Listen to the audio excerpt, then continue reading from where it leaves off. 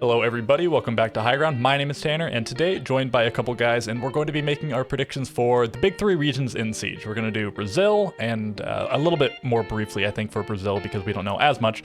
Then we'll move on to Europe, and then we'll do North America last. So I guess you guys can say what's up. What's up, Tech? Hey, what's up? I'm back. I was here for the pre-invite video, so just excited to be here. And we also have Tom. Yep, hope you all enjoyed my bad opinions on Invite. Back for stage 1. Yeah, I hope you guys have a little bit interesting opinions, because I usually go pretty safe with mine, my predictions. We'll see. And then we also have K-bombs with that all. We'll probably just save it for the end and add it in, but it's just something else to look at. So yeah, we'll start in Brazil, and I think we'll do this, unless you guys have a really specific order you wanted to do it in, we can just do this in like no particular order. Did you guys order your 4 teams? I think that'll be easier. I did, yes. Sure, okay. Oh, and actually I forgot, I need to pull up my predictions on the side. Here we go. Yeah, we'll just, we'll stay in our lane. We all three of us just openly admit we just don't keep up with Brazil as much since they don't have an English stream, unfortunately. The teams that make it to the majors are the ones we're familiar with. Yeah. All the respect to Brazil, though, as a region, they've proven time and time again just how strong they are as a whole. For sure, the best region at the moment. And okay, to be clear, let me to explain to the audience. I have a little bit of a legend down here, but green is just players that are new onto the org, and then blue, or new to the team entirely. Blue is players that are new to the org, but not necessarily the team. Like for example, Ents here, they were all playing under Team Valor before, so they were all part of the same team, but they're now under a different org and now in T1. So that's all the blue, and then the orange is players that are relatively new to the team and the org, but not brand new. So like Ambi just played SI with Sonics, but this is his NAL debut, so he's still relatively new. So you'll see a lot of green, a lot of blue, a lot of orange, tons of changes, especially in North America. And yeah, okay, I'll just put mine down, and then I'll ask you guys, and we're gonna do a snake thing once we get to Europe and North America. But for now, we'll just do all of these and a quick discussion on Brazil. So Furia, which is the former W7M roster, that's gonna be confusing for a while, I think. This is what I went with. I went with Furia, FaZe, Liquid, Nip, which is pretty milquetoast, I think. But what do you guys have? How about you, Tag? Fair. Alright, so I actually went FaZe first, Sure. and then Furia. Then I actually have the W7M roster. Sure. A few changes. Former Los. Former Los, yeah. And then I have Liquid fourth. Yeah, fair enough. I think probably the like flex pick for most people is going to be either W7M or Nip. And what do you have, Tom? Actually, I'm going with FaZe number 1 as well. Yeah. I think, well, we can get into specifics later. FaZe, then Furia. I've got W7M in my 3rd spot. My 4th is actually going to be MIBR. That's kind of my wild card pick. Yeah, we're doing sort of wild card picks, dark horse picks. Did you guys do one specifically for Brazil? I had one picked out that's not in my top 4 that I could, like, maybe they could impress.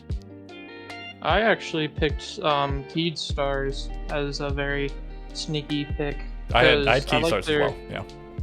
Yeah, because I like their pickup of Stemp. He was on Black Dragons. He was actually one of the highest rated players in the BR scene the last 2 stages. So I think that the pickup of him and Hornetau is also very good. So I think both of them would be a great duo for Keyd Stars.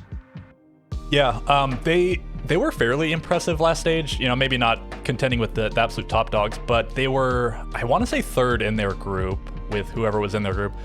So good enough to make the playoffs. And then they lost to, I think it was W7M. What are you going to do, W7M? And then they were, I think, probably the 2nd best team in the LCQ. They didn't make it to the final, but they were the team that put up the best fight against. So they played Los in the semis, and they went all 3 maps. And in the final, Los played against, I think, Miners, and they crushed them, and they crushed their first opponent. So they did the best against the team that ended up winning. So I think that they were probably the 2nd best team there. And then, of course, Los went on to make it to the grand final of that event. So, yeah, I have Keyd Stars as well as my sort of dark horse pick for Brazil. Would you say that MIBR is your dark horse pick, and that's why you Yeah, put them in? I think it's my dark horse, but it's a dark horse that I feel could really perform pretty strongly. MIBR has been a really strong organization overall in Brazil, and I think they've had some unfortunate seasons, but I do love Bullet. I love Rare. I think there's a lot that we haven't seen out of this roster with all the new players that they have, and it might take a second for them to gel. But MIBR does have what it takes to kind of keep up with this top four, and I think it's more so just maybe a lack of optimism for some of the other teams that otherwise might have been in that 4th or 5th spot. Yeah, fair enough. Nip and Liquid both pretty Well, I guess Nip made both events and they did fairly well at one. They made top 8 and then they did pretty poorly at the other one, going out like 2nd round of Swiss or whatever.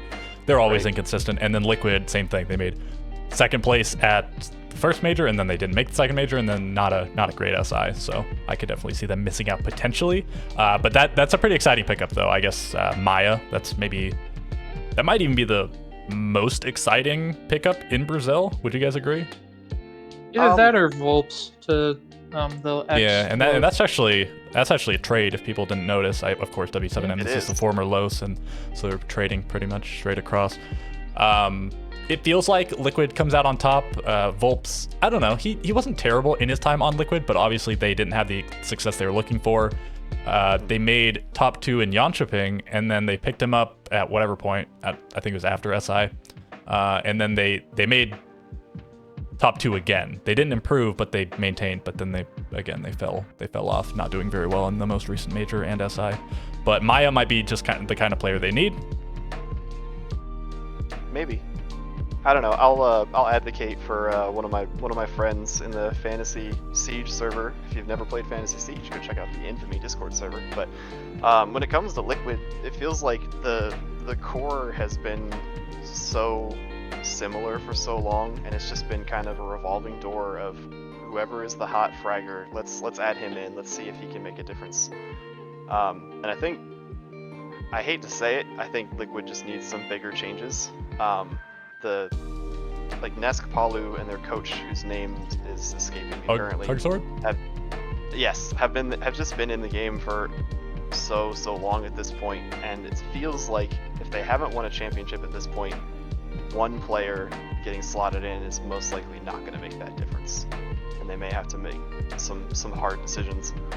I feel kind of the same way about NIP. I mean, NIP, some of these players were there at the Invitational back in the day, and like they've definitely shown they have the talent before, but looking at Invite, this roster really just needs to be rebuilt, in my opinion.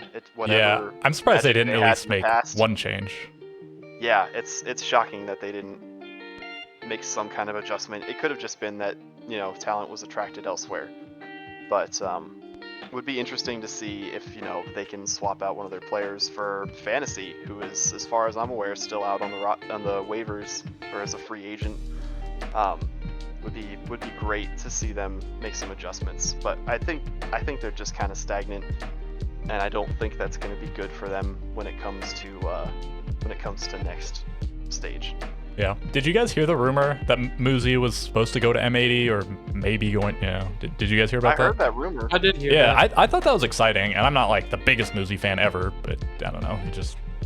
He's a good player. He always has been. At one point, he was maybe like the best fragger in Brazil, but I think that was a long time ago. I just thought it would have been a cool change, just to freshen up Nip a little bit, and also for M80, and they went a different direction. You definitely can't say M80's not looking exciting. Yeah, I don't know. I don't know what Nip changes. Psycho feels, I don't know, maybe Psycho, but he's sort of the heart of that team. He's been on that roster forever. Like, that's got to be one of the longest standing players on the roster in the game. Yeah, easily. That might be true. He's also their IGL, so it's kind of hard to. So it'd be a big shakeup that. for sure. Yeah. I've never really been too impressed with Wizard. I don't know about you guys. I think generally people aren't that favorable on him. I think Cons has been really good, but I don't know about Wizard. But I don't know if he's necessarily like the problem either. They might need to change up their fragging system, which Psycho, Muzi, Pino, whoever it is. There's a debate for NIP to just drop everyone except Cons and just rebuild around him with how amazing Cons has been playing the last couple of events, and like consistently well. Like Yeah, that guy's a John's beast. has been awesome. Yeah, and especially on a role like hard support where he just playing that, and he's basically just top fragger on his team, and it's like it's not really his problem. So. I think easily one of the best hard supports in the world. Don't even have to think about it much. So let's talk about Furia a little bit. XW7M. Not that we need too much. Like they're the obvious pick to. I don't know. You guys picked against them to win BR, but there's usually a little bit of weirdness with them in the playoffs, because I think didn't FaZe win both? FaZe always beats them for some reason. Like in BR. In BR, Stage 1 and Stage 2, FaZe finished first. Yeah. So FaZe super consistent. You can see here I have the placements for Stage 1 and then their positions for the quals and the major and the SI and so on. They obviously get first. W7M numbers incredible, but FaZe also incredible. You know, I think probably the second best, pretty clearly the second best team of the year for last year. Double top 4 into runner up at SI. You know, maybe debatably should have won that, but oh well. Sometimes that happens. What a crazy best of 5 that was.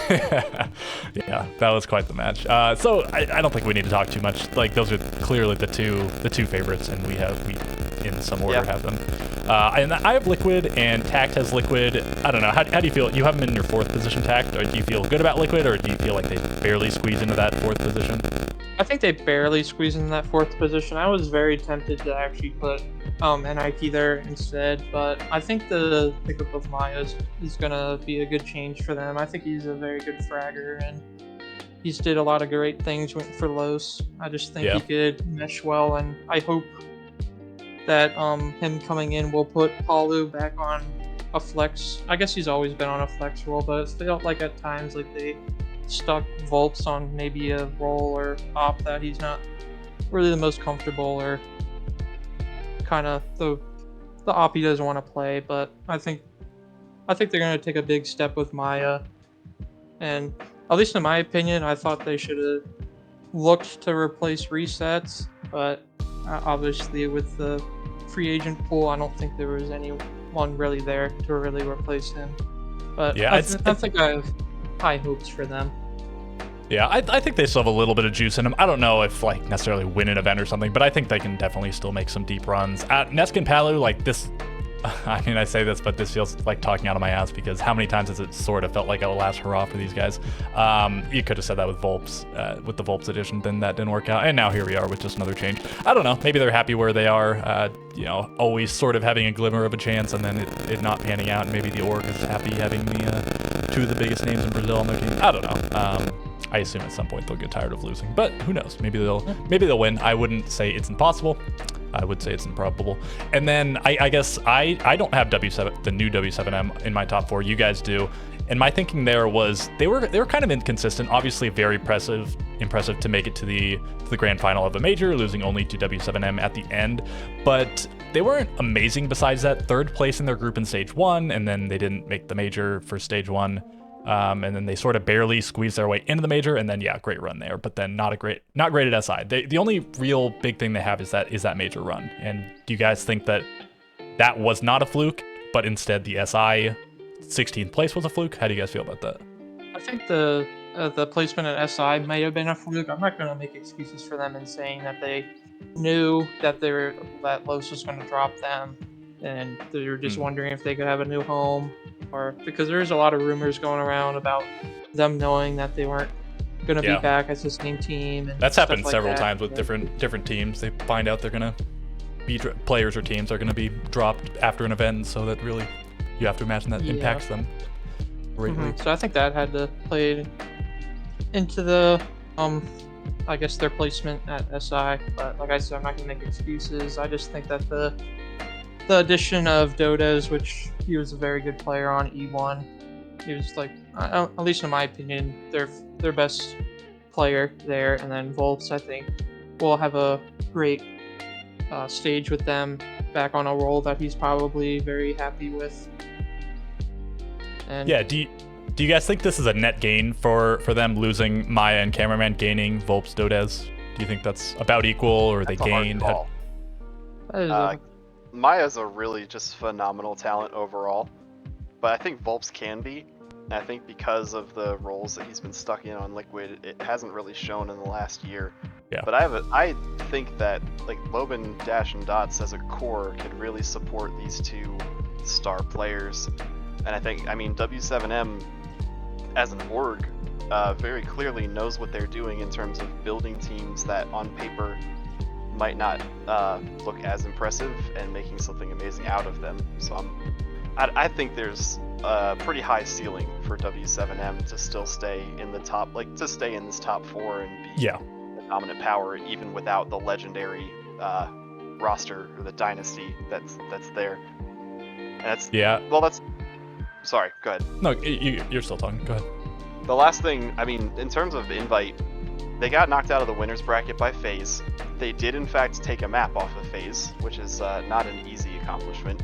And then I think at that point, they ran into Bleed in the losers bracket, and Bleed are no slouches for sure. But again, the mental of are we going to even be like together anymore after this surely impacted them to a certain extent. And those matches against Bleed weren't even close. I think they felt defeated at that point. Yeah, looking at this now, I mean, W7M, Nip is definitely the one I'd switch out for W7M.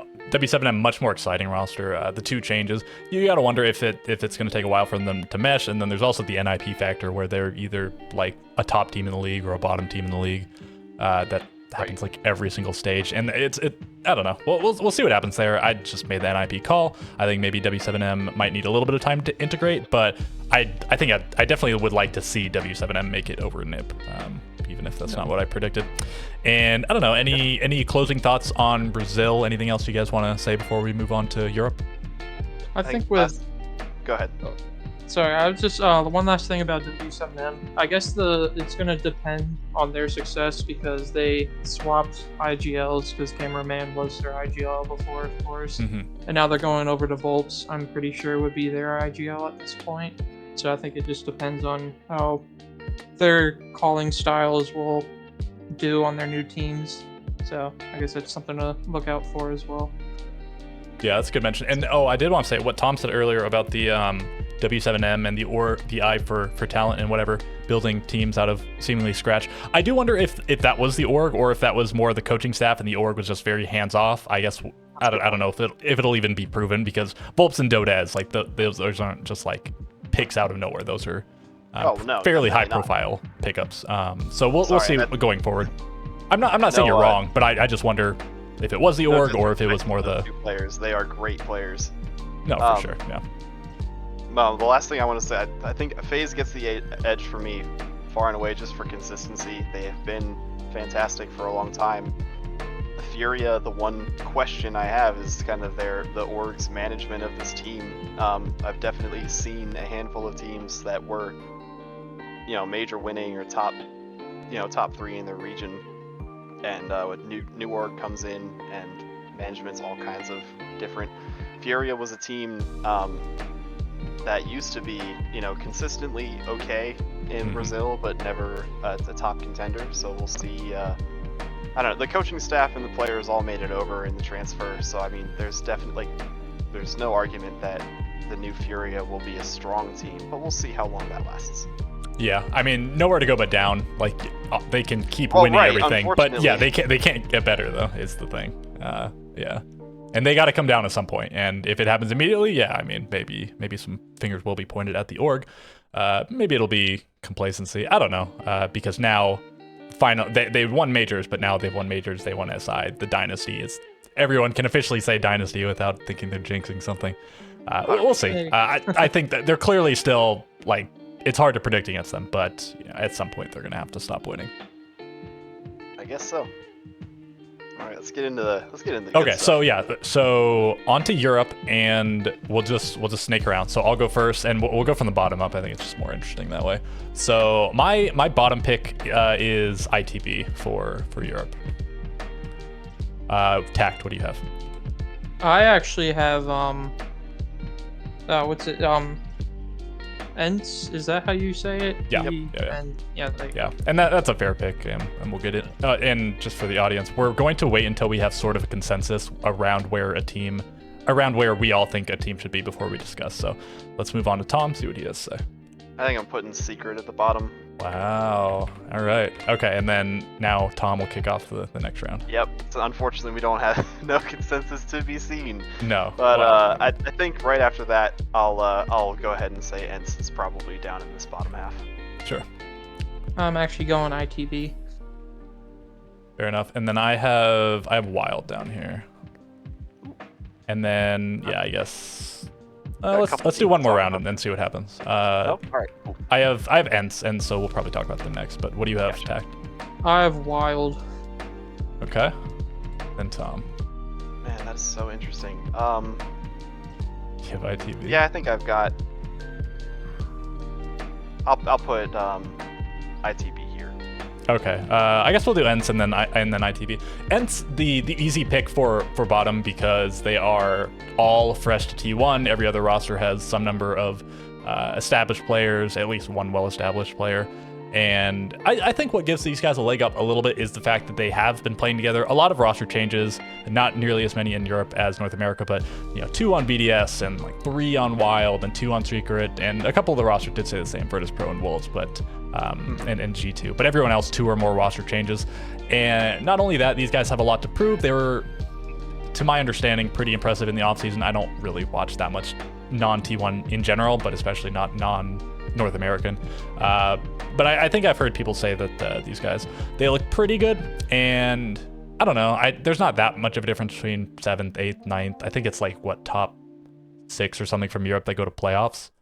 I can go check on the format, but I think that's correct. Whatever it is. I don't know, I just think these guys are going to have a lot to prove in their debut season, and I think I also think that having played together can be a little bit of a disadvantage in a quick season like this because everyone else is going to have a lot of info on them, whereas like Into the Breach, this brand new with some new players, things are going to change up inevitably. And I think I'll maybe mention that a little bit more once we get to NA because that's a really big thing. But anyways, that's sort of my thoughts on ENCE. Why you guys have them at the very bottom? Any other thoughts? I guess it was hard to put them at the bottom because I've watched them a lot. I like watching a lot of Tier 2, or I guess now Tier 3, EU Siege. When they were Team Valor, they were, I would say, the top dog of the Challenger, I guess, league, you could say, because there's a lot of rumors going around with Skies. He's probably their best player. He's a very good, and he was basically, who was it? Deadshot and Leaky Fact. I think he played on a team with them back in the day, and he was very sought out. And at least I thought that he was going to replace someone on Wolves after their performances. And I just put them at the bottom because I think it's the lack of Tier 1 experience, and I think they could prove me wrong, but we'll have to see. Yeah, fair enough. You have any thoughts, Tom? I mean, they're the new kids on the block, and it's easy enough to doubt them. But they were pretty awesome in the open qualifiers. They were able to beat Heroic pretty handily, which I guess at the time was not really that much of an accomplishment. But yeah, Heroic was kind of in shambles at the end. I think they have what it takes to keep up with the teams that are currently in Tier 1. I just don't think they're going to be phenomenal. Yeah, fair enough. And we'll have to see. Maybe they will work well as a team. Part of my thinking was that there's a big lack of stability, I think, in the bottom half of Europe that can be sort of taken advantage of. The top teams seem fairly secure. We'll have to see. It's best of ones, but I don't know. I think the likes of like Wild and ITV and Secret, they could definitely beat them. Maybe they won't, but I think they certainly can. And then ITV. So yeah, I have them at the very bottom. They lost Kanto and they lost Yonka, and Yonka, I don't know, maybe he was a big asset to the team, not stats-wise, but if you just look at the stats, that dude was terrible. But again, it's not all about the stats, and tons of people said that he was a big influence on them as players and the team and whatnot. And Kanto was also statistically their best player, and that was a weird sort of thing that went down with him being dropped. He's now over on Wild. But I don't know, this is a roster with not a ton of experience. Kendrew, a ton of experience, has been playing T1 for a long time, but Creeds and Oscar both making their T1 debuts, and then Noah still pretty new, and Azure even newer than that. So I think maybe that could hurt them. I don't, do you guys know much about Creeds and Oscar? Again, I don't watch a lot of not T1 Europe. I think they're like pretty big names that people have been excited for a while, but do you guys know any? I've seen those names around. I couldn't tell you off the top of my head what rosters they were playing on before, but I think I'm optimistic about ITB. I think realistically 7th is more of their floor than their ceiling. I think they have potential. I mean, they've always done really, really well when the last chance qualifiers come around. They usually finish 5th or 6th, but I don't think they're de facto one of the bottom teams in this tier. I think they have a lot of potential, and the fact that I don't, while Yanka might have taught them a lot in terms of, you know, what it means to play in Tier 1. Statistically, he will not be missed. Meanwhile, Kanto, man, I got such mixed feelings about Kanto. He's really hot or he's not. He is the hot and cold of Europe in terms of when he was actually hot versus cold. But I don't know. I think they may have just wanted to try and secure some more consistent players who will be playing the game for a little bit longer. Whereas, you know, Kanto's been around for a long time. He may be seeking retirement in the next couple of years. Who knows? And I think Into the Breach are investing in a relatively young roster that they want to try and ride for as long as they can.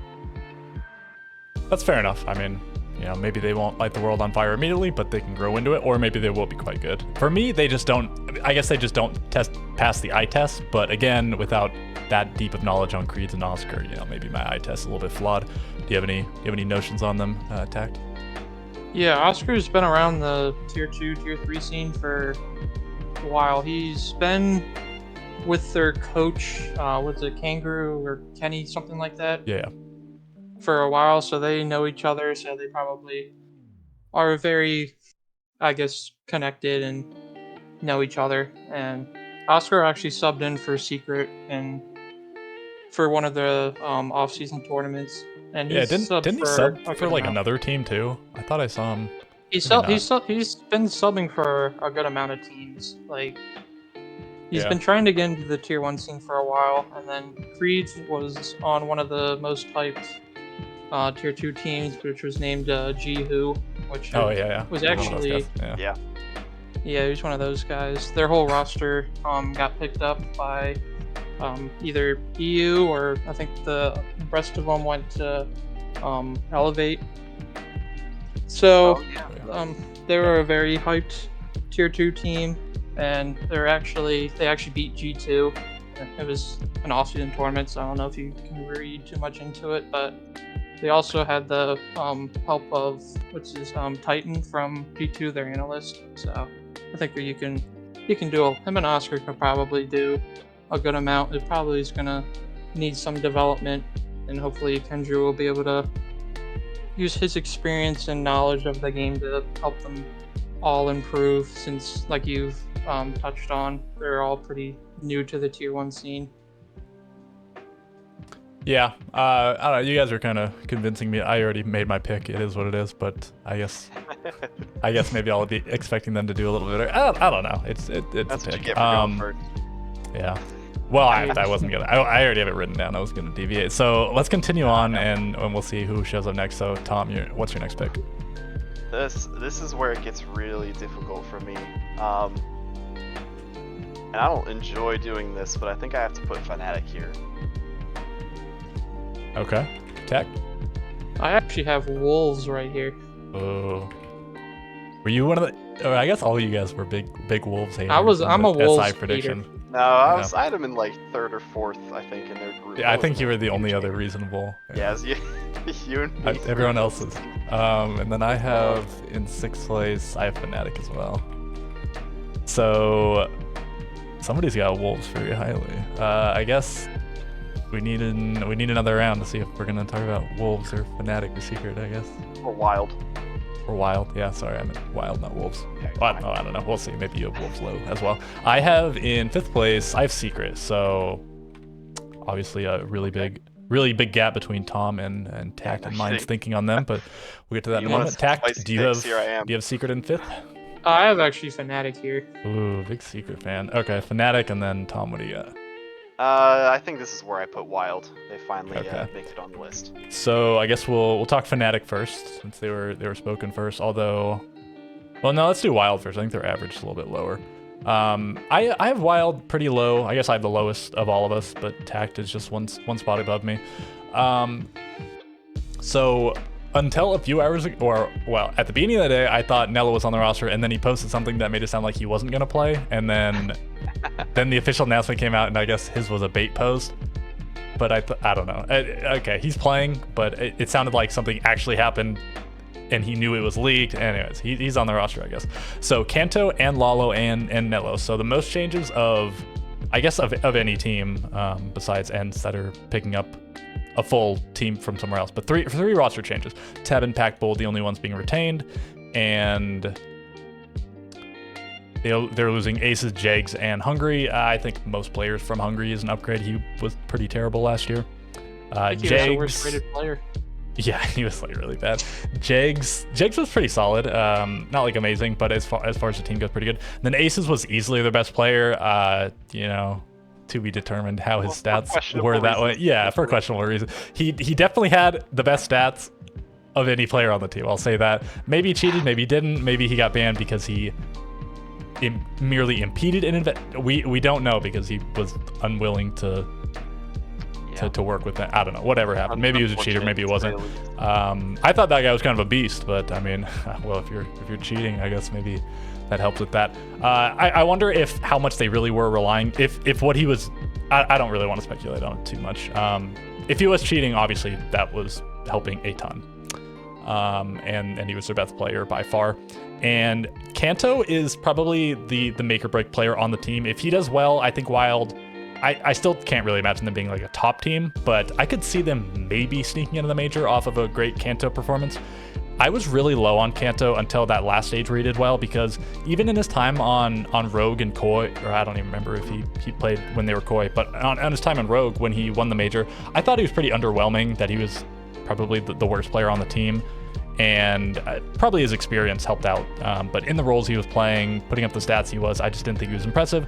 And then he joined TT9, and they had that awful stage where just every player was abysmal except for Kendrew, who was okay, and Kanto got smoked as well. But then the next stage, when they're actually into the breach, he was really good.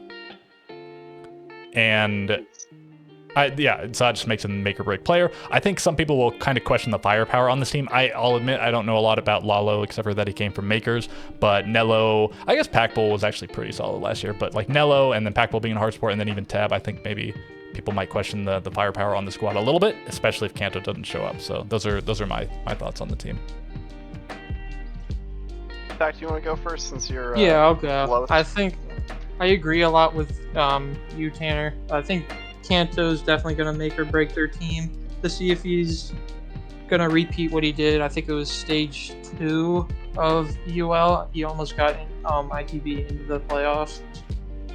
And I think that's going to depend a lot on Wild's success. I think Teb's pretty good. And Lalo's a lot of question marks because, at least in my opinion, he wasn't even the best player on Makers. And then Nello, I don't want to be too mean, but I don't think he's really as he used to be. I'm ready to give Nello a little bit of a shot because he was on a roster with some like really big shining like Uses and Solotov. Yeah. It's hard to outshine those players. I'm willing to give him a little bit of time to ease in, to see what he's got on a new team. I do love Pac-Bull though. He is a very good hard support. I think he was one of the highest rated hard supports. So Yeah, I think he was impressive last year. Wilds, it's just going to depend a lot on their players and if they can beat the washed allegations. Yeah, that's fair. I think there's a lot of question marks in the bottom half of EU as a whole. Yeah. But I think Wilds does still have a lot of potential to pull it out. I think realistically, you make a great point that Nello was behind Saltov and Uzus, who was behind Nafe, who we just saw absolutely tear it apart with Dark Zero, and Tyrant as well, who's definitely no slouch. I think he was on a team where, you know, he was the hard support and he didn't need to get all the kills. There's definitely opportunity for him to expand a little bit more, but between Nello and Packbull, I think Wild are going to have a ridiculously high plant rate, and I think they will do fairly well on attacks because of it. I think those two are so objective focused. They're gonna and they really were knock it out of the before as park. well. I mean, obviously Packbull is one of the players doing that, but the number of plants they got down last stage was, to be fair, like 6 of them were in one game where they 7-0'd, but they had a lot of really creative ways of going about it too. They were very plant oriented, which is always fun to watch when nobody else is doing it. I think Kanto does have the ACOG buff coming up. So. Oh, true. Oh, well, yeah, lots of players might live or die by the ACOG instead of 1.5 life. Yep. Wild just has such a large range of outcomes, and I think by putting them at 5th, I'm kind of just taking the average of they could be top 4 maybe, but they could also be bottom end. Yeah, I think I just had like an inkling about Ents. I could definitely see them being lower, which would put Wild or ITB higher, potentially. I might be underrating these bottom 2 teams, but it feels really, really hard to call the bottom of Europe, honestly. And so I guess let's continue on. I think your pick is next, Tom. We want to talk about Fnatic first, since we picked Oh, all yeah. of them Sorry, yeah, my bad. Fnatic. I would love go for to it. go first if you don't mind, because they're the ex-Koi/ex-Rogue roster. And man, I've been a Rogue fan since I started watching Siege probably 4 or 5 years ago. So it hurts to see that org go. But this Fnatic roster is very interesting.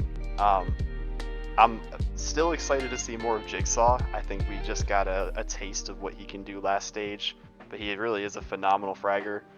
I could watch Deepek play Siege every day of my life. I love seeing the creative stuff that he can come up with.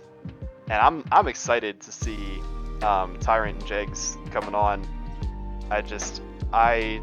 Maybe it's just from the last couple stages.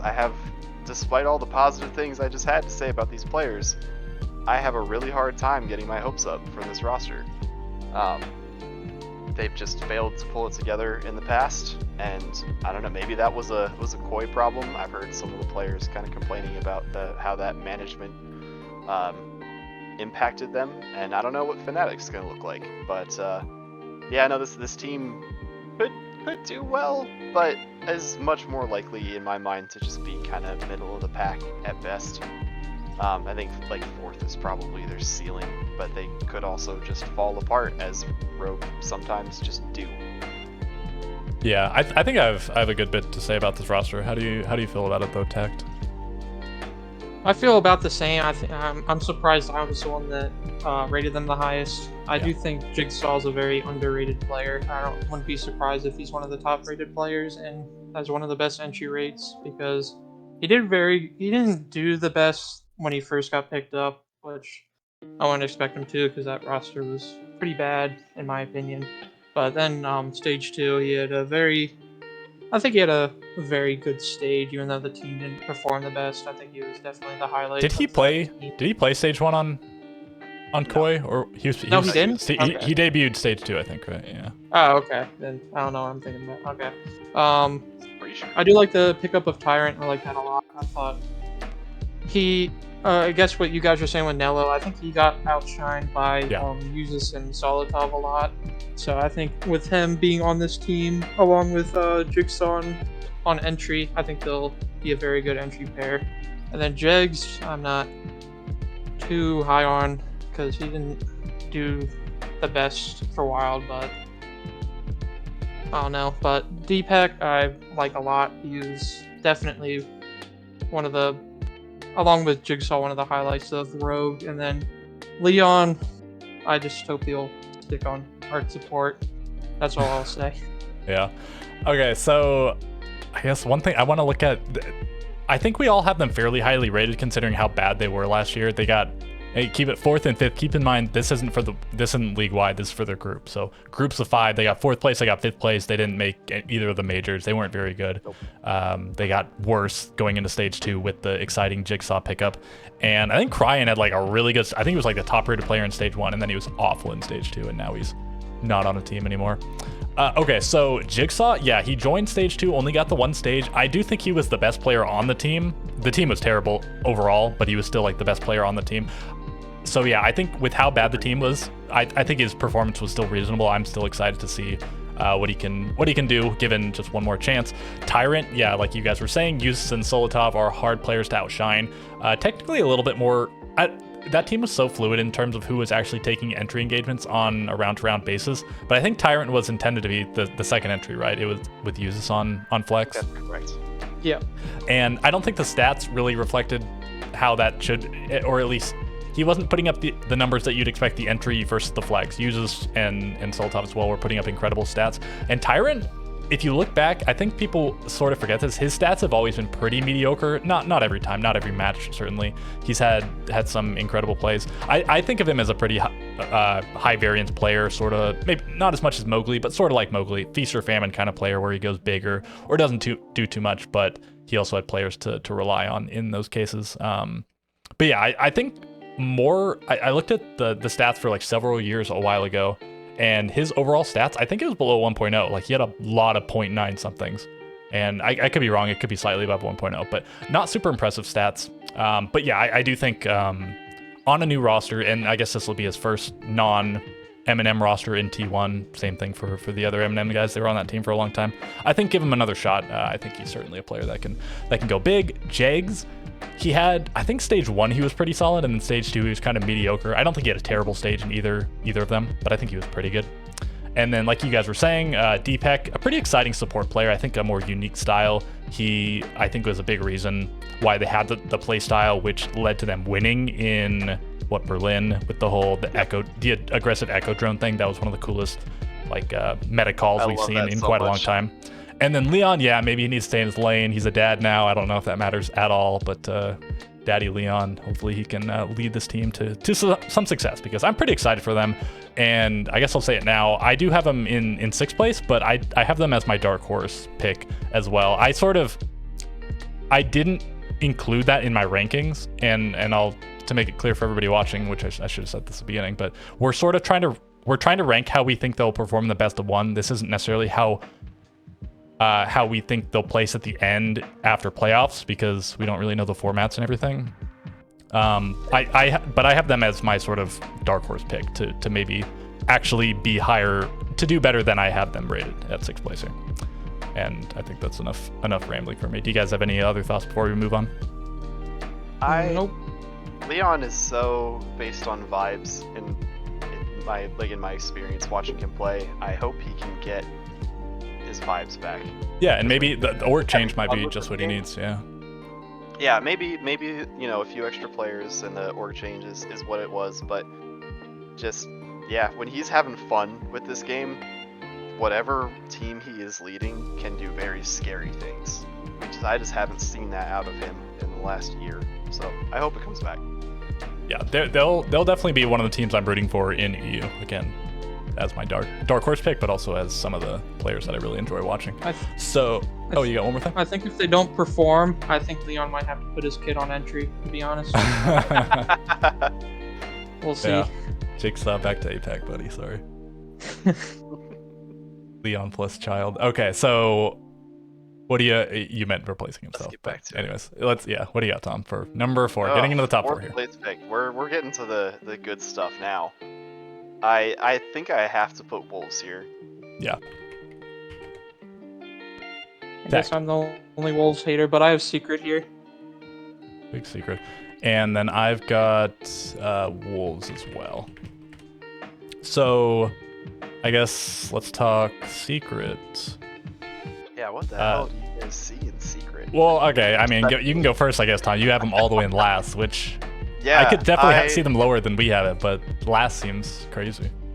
I just don't have any optimism for Secret as a whole. I think they've been a pretty rough team since they entered the league, and none of the pickups that I'm seeing on this roster are particularly exciting. I mean, well, Joom is awfully exciting, and I will say, maybe there's a little bit of salt because I would have loved to have seen Jigsaw, Joom, and Jags all on the same roster. But anyway, I don't know. nothing about Secret really stands out. I don't think Joom is going to be enough to make it work. I think Joom was a great fit on the Heroic roster and obviously had a lot of success there. But I don't know. I've seen most of these players, fail to impress, and I don't think they've got it. So, Groovy, Savage, and Miracle were all quite good. I don't remember if it was the whole of last year or if it was just stage 2, but they were all pretty solid. And then when they had Falls and Uper, these were really the two players seemingly dragging them down, not doing nearly as well. Because these were like 3 of the top 10, if not top 5 rated players in the league. They were like for quite a while. And then I think even Groovy ended really high. They were all really good, especially Groovy and Miracle. And then Joom is a really good pickup. He's had some incredible performances, then some like okay performances. I don't know if he's ever been like terrible, but he's been really good, especially at, what was it, like one of the SIs. He was on Heroic or something. And then Adrian, another player I don't know a ton about, but I've heard good things about him. And so I think just replacing the 2 weak players on the roster and bringing in at least one proven really good player and then one exciting new addition. And I mean, you said they've been pretty bad since they rejoined the league. They were definitely terrible for a while. The roster's very different. I think this is probably the best roster that they fielded. And they were, let me look at the placements. They did decently, didn't they? They were 3rd and 4th, so not amazing, but better than certainly the likes of some of the other teams. Better than like Fanatic, better than ITB on average. Anyways, I think they made the right roster changes. I think they have potential to punch up a little bit. I could see them maybe making the major, or I don't know, I could be full of shit. What do you think, Tact? I am gonna say a very hot take. I think Ruby and Joom are the 2nd best entry duo in EU. Ooh. I guess. I mean, that's crazy hot because they haven't even played together yet. But I mean, you just mean on paper, like the 2 of them. On paper, yes. The whole of them. Yeah, sure. Joom was very good. He was basically the carry for Heroic back when they were actually in org. Ruby was, like you were saying, one of the highest rated players last stage, and I think just as a whole. Even though some people don't like him as a person for the things he did in the past, but we don't need to get into that. I mean, that's kind of a lot of players, though. Yeah. Well, maybe not that many, but yeah, it's more players than you'd think. And Savage is a very good player. He can be inconsistent at times. Like, I don't know if you guys watched the Malta series, whatever that was going on this I watched past a couple week. maps, not a ton of it. But Savage was, I guess, in my opinion, their best player. He went like 15 and 4 most maps and stuff. So I think he's good. There's been rumors about him going to hard support, so I'm not too sure about that. But that's still just rumors. But Adrian, I love the pickup because I don't know if you guys really know much about him, but a lot of teams waited until he turned 18 and for them to pick him up. He was, like I was saying with Creed, he was on one of the most hyped tier 2 teams, G2. Adrian was their best player, so I think it depends on how he can be since he's still very young, only just turned 18. So we'll see how he does. And Miracle, I think he's just a pretty solid player. So I just have them, as you can tell from my standings, at 4, the very underdog / I guess hot take for EU. Yeah, I think they'll do pretty well. Again, I don't know if they'll quite make top 4, but I think they'll be close if they don't. And things should look different in Europe in a way since they're moving from the group system to the full round robin. Same thing with Brazil, but it should give a more clear picture throughout groups or throughout the the initial phase. Whatever, it's not groups, right? Because it's one big group. I think it should paint a clearer picture of how things will be going forward. Because when they only play like 4 best of 1s or whatever, it's just really hard to decipher things. I guess let's talk Wolves. Yeah. I guess Tact, what do you got as the big Wolves I'll here? go first. Like I'm just, my SI predictions weren't according to plan, but I have them so low because, like I was saying with the Malta series, whatever that was called, they lost to a tier 2 / tier 3 team, and they did not look good. And I guess people can say it's an off-season tournament, but BDS won it, and there's a lot of high-profile teams there, so they just didn't look good on it.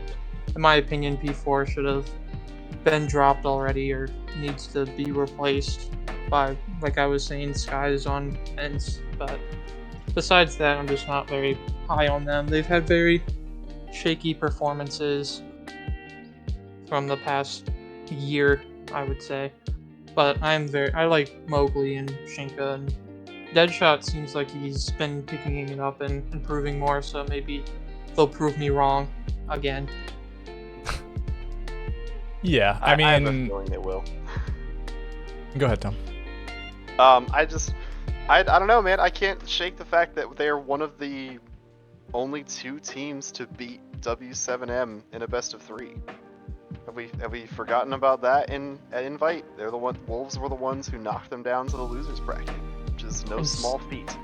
And That do you was see what according to their happened? plan. Yeah, both times that they did, W7M ended up winning, so I think they just needed it. I don't know. I mean, I don't think W7M threw to get there. No, or anything certainly like not. that, I mean, but Wolves just had one in the tank. I don't know how they did it. It's so I think crazy that Wolves they are a did that and good they got roster. destroyed by Sonics. Yeah, well, right, and they had definitely had some not good matches after that. I'll give you that. But Wolves are one of the few rosters in this league that have kept their roster consistent, and I think there is some strength to that. I'd have a hard time putting Wolves in the bottom half of this league. Even with some of the inconsistencies, even with some of the shortcomings internationally, they've always been strong in Europe, and I don't think that's going to stop anytime soon. Yeah, one of the 3 teams to not make any changes, and they are, I guess, the 3 teams that were just at SI: Wolves, Virtus Pro, and G2. And I don't know, maybe BDS would have kept their roster if they played at SI. Maybe they wouldn't have thought they had enough time to bring on Solitaire users, but whatever. I mean, Wolves, I think it's hard to bet against them. I think it's easy to bet against them doing super well, like winning an event or whatever, because it doesn't seem like they're ever going to do that. But it seems really hard to bet against them at least doing well enough to make the major and then doing okay at the major, because for like over 2 or 3, whatever, however many years now, they've made every event. They've done reasonably at every event. They used to make almost every top 8, and now they make like top 11s, I guess, at the last 2 majors, although that's actually like kind of a similar placing because there's more teams at the majors last year, but now it's the majors, they're going down to like 20 teams. Do you guys know what I'm talking about? Yes. They're only, yeah. they're only, is it 20? Is that the number? Spots. Yeah. I think they're removing a spot, the 3rd place from Japan, the 3rd place from Korea. Then they're also removing 2 other APAC spots, which I'm not sure of the order of those spots. Yeah. Anyways, I mean, sort of Sorry. off. No, you're good. Off subject though. I just don't want to talk about it too much more. Yeah, I don't know. I think they're good enough to make top 4 still, and yeah, they have the same roster, and I think people have had kind of questions about P4 for a long time, and then Deadshot maybe a little bit less. He's been heating up a little bit. He had some impressive matches at SI, and then in Malta, I think he was like their best player by a significant margin. At least their best player, I want to say. And then Shinka, Mowgli, I think they've proven themselves enough. Bibu is another one of those feast or famine players. P4, to my knowledge, is the IGL. I think we might have talked about this before, and then some of you guys said you thought it might be Bibu. So, but if P4 is the IGL, I think that obviously makes him a lot more difficult to replace than just than being a regular player. I think if they don't make the major, it'll be a surprise because they've made every major for a long time, but it could be time. It could be their time. There could be enough good teams fighting for that spot. Fnatic, Secret, ITB, maybe. There might be some other teams hungry enough for the spot to take it from them, and they did. They just very narrowly got it in stage 1. They had to go through the LCQ. Stage 2, I think they were 3rd place. Right. I guess I have it right over here. I think that's correct. Wolves, yeah. So decent placements by them across the board. Obviously, a little bit lackluster at the majors, but still, and same thing at SI. But at least they're making the events, if nothing else. Well, right, and they were middle of the pack on the international stage. That's definitely nothing to be ashamed of. I think they made the right call though to not make any roster changes. I think they're strong enough as is, and I wouldn't really look to start pointing fingers or make replacements unless they stop qualifying for majors. Yeah. I think as soon as they have maybe if they have a really bad stage, maybe they need to make a change. But for now, they can keep playing the lottery, I guess, and see if they can get a good placement in a major. I think we can move on, unless you guys have any closing thoughts. But it looks like we have the same. Everybody has the same top 3 teams. Yeah. That is true. We are on me, right? Go for it. Yeah, I think so. I put G2 here, and I think it's reasonable I to also have these put 3 in G2 any here. order. Yeah. Okay. Oh man. All right, I'm still going against the grain. I got BDS here. BDS. Okay. Let's go again, Tom. Now I'll put G2. So it's G2. not that far off. Sure. I have VP here. VP and I also have VP. So There we clearly, go, me and Tact are agree. very high on BDS. I guess we got to talk G2 here. So Tom, you have them the highest. What do you got? Yeah, I mean, I think realistically, I think that putting them in second realistically just reflects more of how I think they'll do overall, and that's probably like baking in the playoff bracket and them getting into an international event. But I mean, G2 are a very strong team. They've made no changes. They didn't need to make any changes. I think they were top 6 or top 8 at Invite. They got fourth. Know. They got fourth. They got fourth. Yeah, they had a great run. I mean, W7M and against a home crowd is a tough is a tough team to beat, and obviously they went to win it all. So I think the bracket definitely hurt them, but I think they have what it takes to win another invite if they want to, and I think they deserve to be definitely top of in that top upper echelon of this league. Yeah, I think having any team in first, second, third, it doesn't really matter too much. Again, these are our predictions for the best of ones, and so things Right. could change up for the playoffs and whatever. But I still think pretty strongly, obviously BDS is going to be the last team here for 2 of us. BDS, VP, and G2 feel like the top 3. I expect they will be the 3 that go through without the LCQ. I don't know which will be the first and second and third necessarily. I guess I did make a prediction, but... I feel like these feel like the top 3 teams, and we'll talk about BDS in a minute, but it feels a little bit bold because of BDS's performance overall last year, but I guess I should talk about G2. Yeah, top 4 at Invite, losing to FaZe in the upper bracket and W7M, so it's not that much of a feel bad if you lose to first and second if you make it all the way to the fourth, but maybe if they had to play against VP, and if something else had happened, maybe they would have beaten them and they could have got third. And still lose to FaZe W7M. Yeah, really good run, and I think the 3rd best year of any team overall. They got beaten out only by FaZe and W7M. They got 8th place into 4th place at the 2 majors and then SI. So yeah, I mean, just great team overall. They are a little bit shaky sometimes when I guess I'd say when not a ton's on the line. Sometimes before the actual major qualifications, and then especially in the offseason, they've notably been sort of weird in the offseason, but it just seems like some of their players don't take the offseason tournaments too seriously. I fully expect them when things are actually on the line, which again technically isn't in the best of ones, but when things are really on the line, like making the major and doing well at the major, that they will show up and they will be one of the top teams contending for any title. Tact. I agree with you there. It's just my thing with them is I don't want to put the blame on one person, but someone who has looked very shaky lately has been Benja Master. I'm not going to say ever since he got the SI MVP, but he's just It does feel like that a little bit, yeah. He hasn't just put up the numbers he used to with how great he used to be, but I don't know. He made that great run with who was it? Heroic, back when there was ACOG, so maybe that will help him a lot. So it's just, I think if he steps up, then I think they could probably be a top 2 team. But I think going back to both last stage 1 and stage 2, I don't even think G2 placed top 2. Stage 1, No. they were no, which stage? One of the stages they got second. They were Second. they were first, fourth. yeah, second, and then they had to make it to Atlanta through the LCQ. Yeah. Yeah. So maybe that can but go they back were into... they were outplaced by Virtus Pro both stages. Yeah, so maybe it goes back to what you were saying with maybe them not taking it that seriously until they get to the major / invite, knowing that they can just take it however they want, and then knowing that they can make it. So I think that's gonna be what puts them at third, and they just seem like they can't outplace VP.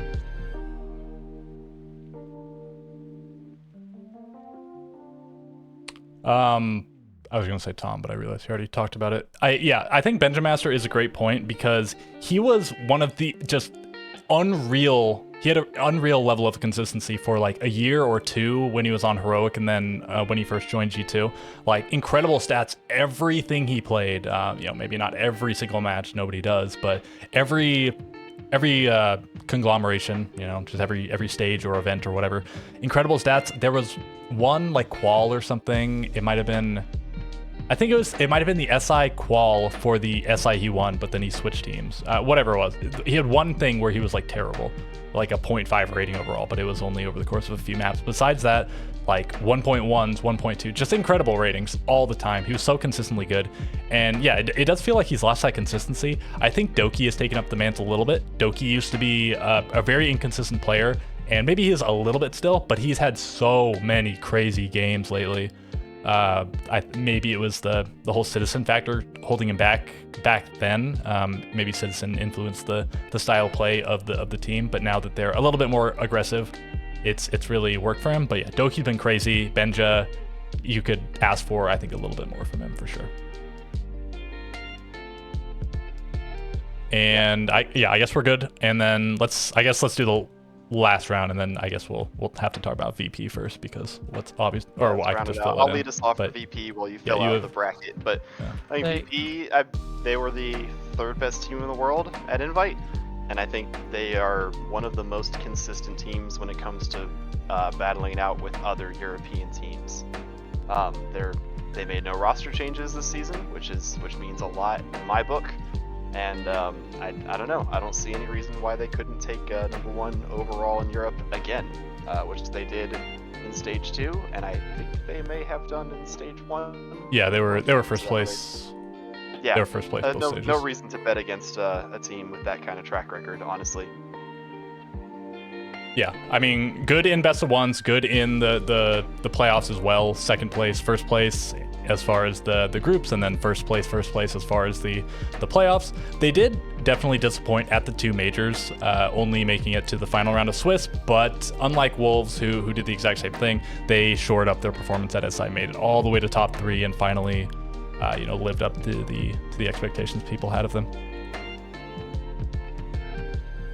Yeah. And yeah, as far as VP, they were when they were Empire, they were my favorite European team, and now they're back. And I guess I'd still say, like VDS, this is just so exciting that I don't know. I think I might be rooting for these guys a lot more than I used to. I kind of used to root against BDS, but I think still VP will be my preferred European team.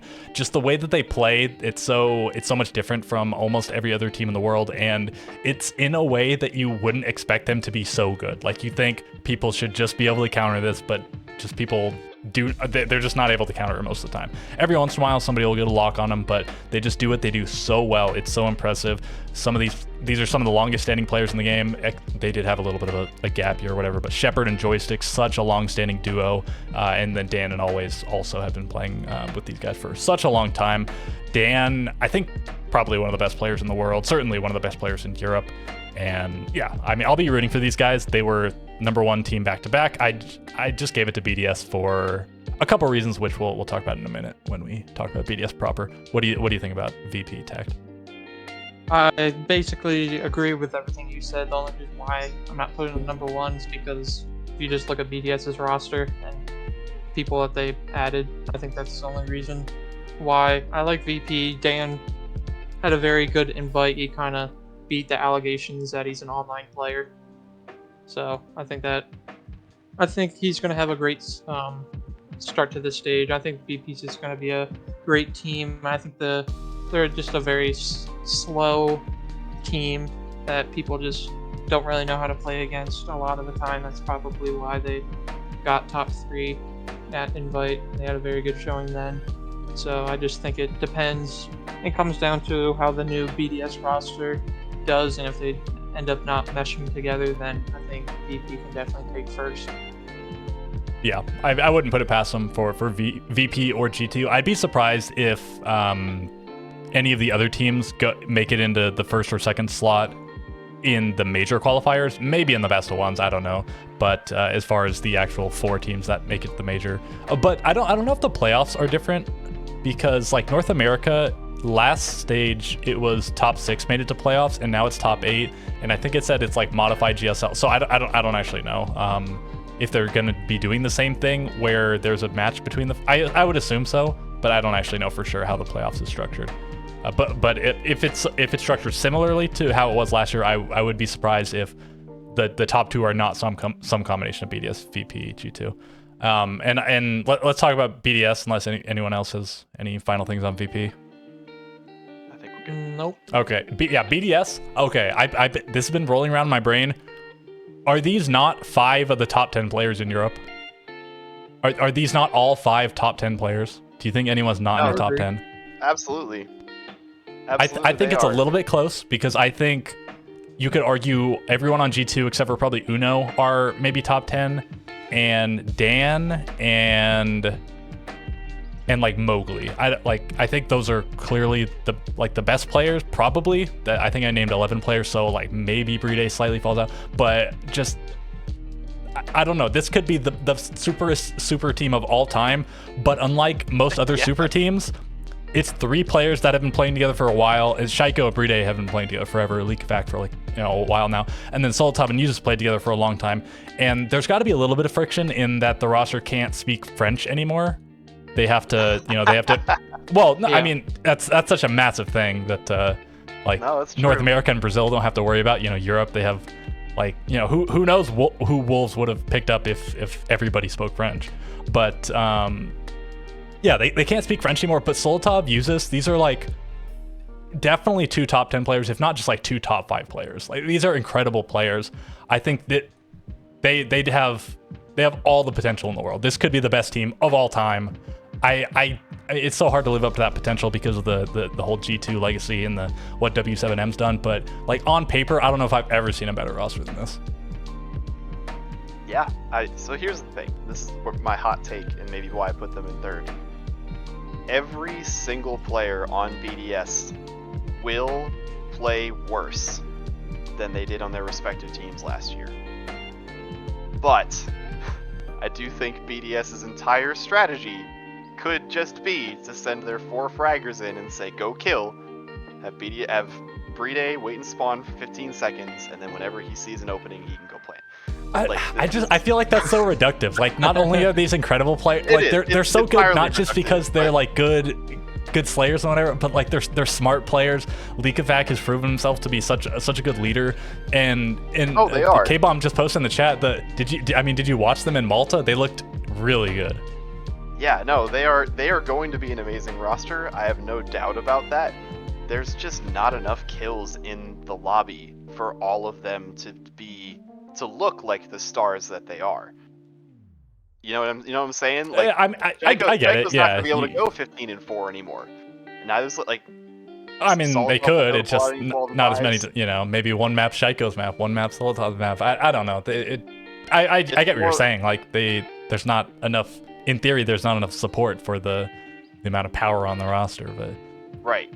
In theory, I think it's much more likely that BDS wins a lot more 7-1s and 7-2s, and across the board, you see the top 4 fraggers are all 9-2, something along those lines, where they all have a bunch of kills, but it's harder for them to break into those double digits since they're competing with each other.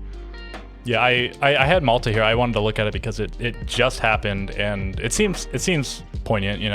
They beat Team 86 pretty decisively 7-2, just the best of 1. Then Secret was actually pretty close on them. Secret gave them the most trouble for sure, which I think is interesting. Yeah. Maybe another reason I put Secret highly. But then they mopped G2 7-2, 7-3, and then they play them in the grand final again, and they beat they lose one map, and this map looked a little bit dangerous because BDS took an early lead. They were up 4-2, and then G2 won a lot of rounds in a row. They went 5-1 on there. Anyway, 7-5, but then 7-1, 7-2. So overall, over the course of, they played 3 maps here and they played 2 maps here, they went like plus 18 on rounds against G2. And to be fair, G2, they joke, they mess around a little bit in the offseason.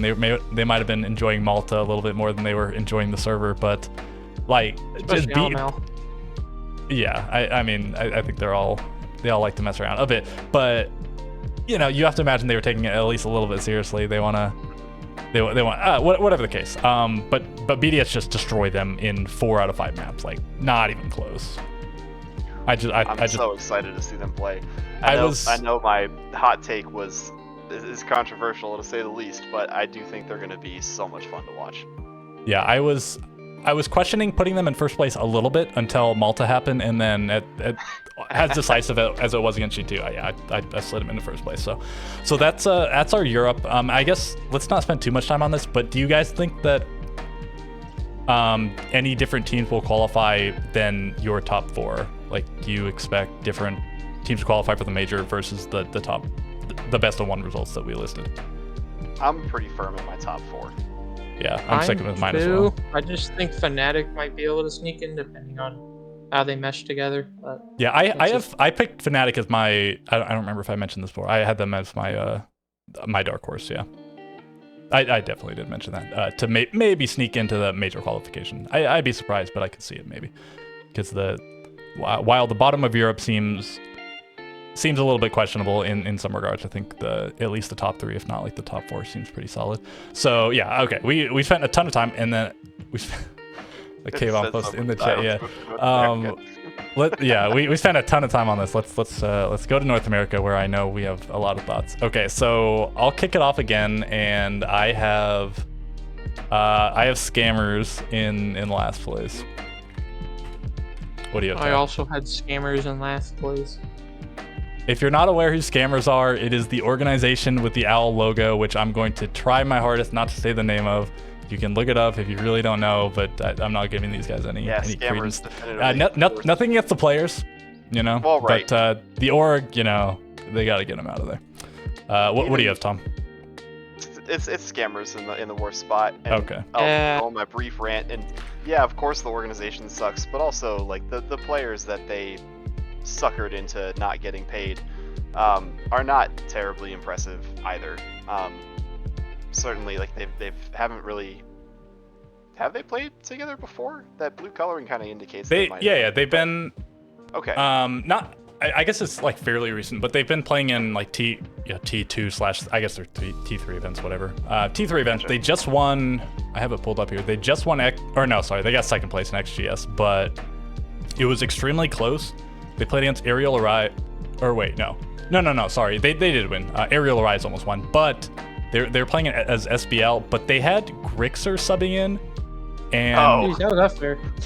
for Poison, and I think Surf subbed in. I don't know. I wasn't actually watching. I heard that in the event at some point. I don't know if it was in the grand final. So they had 1 or 2 subs in the grand. This is what happened. But they 2-0'd Coastal Gaming. Who's on Coastal Gaming? I don't know. Okay, so they had Gav running, and they and they smoked Centenegro as well. So the first 2 were pretty decisive 2-0s, and then it went really close against Aerial Arise. And Aerial Rise is these guys. And these guys have been pretty good in the offseason. I guess the roster changing up a little bit, but that is to say that they have played together and they've proven themselves, I guess not at a T1 level, but at least a little bit. Well, that is good to hear, because I don't wish anything ill against the players, but comparing them to some of the other rosters, I just don't see anything particularly exciting or special. They have a little bit of experience. Asian's played a couple stages, been pretty bad, but he has. Spiff, I mean, he made top 4 at SI, and then Rice went with DZ to a major, so at least a little bit of experience across the board. Poison and Nick making their T1 debuts, but I don't think we have too much to say. Obvious consensus bottom place is speak for itself. So what do you have in 9th place, Tom? 9th place. This is where it gets a little trickier, but I think I'm gonna put Luminosity here. Okay. What do you have, Tech? I actually have Los. I also have Los. I found this to be a little bit tricky. I almost thought about maybe having Scammers higher, but then I thought it's Scammers, so I'll put them down there. But I don't know. I think we can talk about Los for a second. Yeah, well, I just want to say, I think I'm giving these guys just a little bit of credit because, again, they have been playing together, whereas the likes of Luminosity, a bunch of changes, and then Los just seems completely thrown together. But yeah, we could talk about Los, sure. I guess Tom hasn't put them yet, so what do you think about Los? I think I would put them in 8th to spoil my next pick. Okay, let's just do one more round then. Let's just do our... All right. I have LG in 8th. Rattle them off. I also have LG. Yeah. Okay, so we're in the same ballpark realistically. Okay.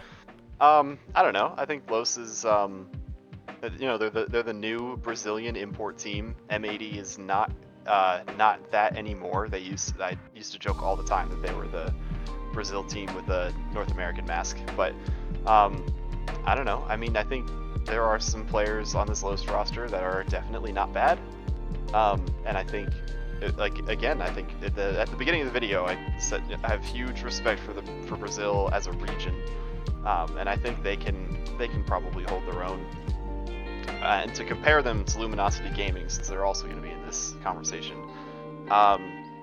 seems to me like it's a lot of players that are relatively new, coming up from T2 potentially, and I mean I just don't see a lot of experience on that LG roster that would help them kind of coalesce and really get to that higher level. Yeah. Personally. I mean, if you talk about experience, I think Sexy Cake has more experience than all of LG combined. Absolutely. Kixro and Wi-Fi making their T1 debut, Hat still being fairly new, Eddie and Silent, same sort of thing, where they're still pretty new. And still relatively unproven. Hat's been like pretty solid on a not solid team, but his performances were pretty good. I think Silent was also pretty good on Luminosity. Eddie, I've heard, is going to Hard Breach because I don't know who else is playing Hard Breach on this roster. Yeah, Los, I could see Los or LG in 9th place. It could go either way for me. I guess the fact that Los just feels really thrown together and they'll presumably feel pretty out of place. I don't know where they're going to be located to play in North America. Like, they're all moving to North America, right? Because they're not playing from Brazil. I can't imagine that would even be allowed. So yeah, they have to play in a new environment with new play. Maybe some of these players have played together. I'm not 100% sure. I don't think so. I think Farias has been okay. I think Burst has been okay. I think they have all been okay. Rise used to play on Los, but he was dropped for a reason. They've all been pretty okay. Sexy Cake maybe was good in his day. That was a long time ago. I just feel like they're all unproven or semi-washed players and need to adapt to a new meta. But who knows? Maybe Brazil is that much better. If these guys do really good, I think that'll be a little bit of a sad day for NA. Like, if these guys somehow make the major, that's going to be a bad look for NA. And LG, I don't know. Like, I think Kixro has been really impressive in T2. Hat, like I mentioned, had his moments. Wi-Fi also pretty good in T2. But again, we'll see if those players actually translate well into T1. This roster, to my understanding, was supposed to look pretty different. And then they went the friendship route. And so we don't see Snake or Karn here, right? Asian and Twist also being dropped, Karn. but they had, where is Karn? Bring him to T1. Did you get to talk about LG Tact? Oh no. With LG, I liked Hat. He was kind of, I guess, back in the day when he was on Beast Coast, he was the carry for them, along with, I guess, Doc a little bit. But Doc was not carrying anybody for one. Don't be silly. But I think Wi-Fi and Kixro are exciting pickups, but I think the rest of the team is kind of not the best. And with Los, I actually like their Sexy Cake and Rise on the supports. I think, and Bursa is a very good. He was a very good tier 2 player. I think he played for either Los Academy or Elevate when they had a Brazil tier 2 team. I think he played stage 1 in T1. I don't remember which team. Oh, did? Okay. I think it was like, I don't know, it was Keat Stars or E1 or like minor. It was one of the like lower tier teams, but I think he did. I think if he has a good stage, he was okay. Then I think he could boost him up to 8th, but I don't really think they're going much above 8th, especially with the rest of NA being, I would say, good besides the bottom 3. Yeah, fair enough. I guess we have a pretty pretty tight consensus. A little bit of a switch in 8th and 9th, but yeah, we all have the same bottom 3 teams. So let's go on to number 7. Who do you have, Tom? I think it's got to be Beast Coast. East Coast. Okay. What about you, Tech? I also have Beast Coast. Ooh, I have Wildcard. The former Scammers roster now on Wildcard, not to be confused with the former Wildcard roster, which was completely dropped or be replaced with these guys. So we'll continue on, and in 6th place, I have Beast Coast as well. Tact, what do you got? I have Wildcard. Wildcard.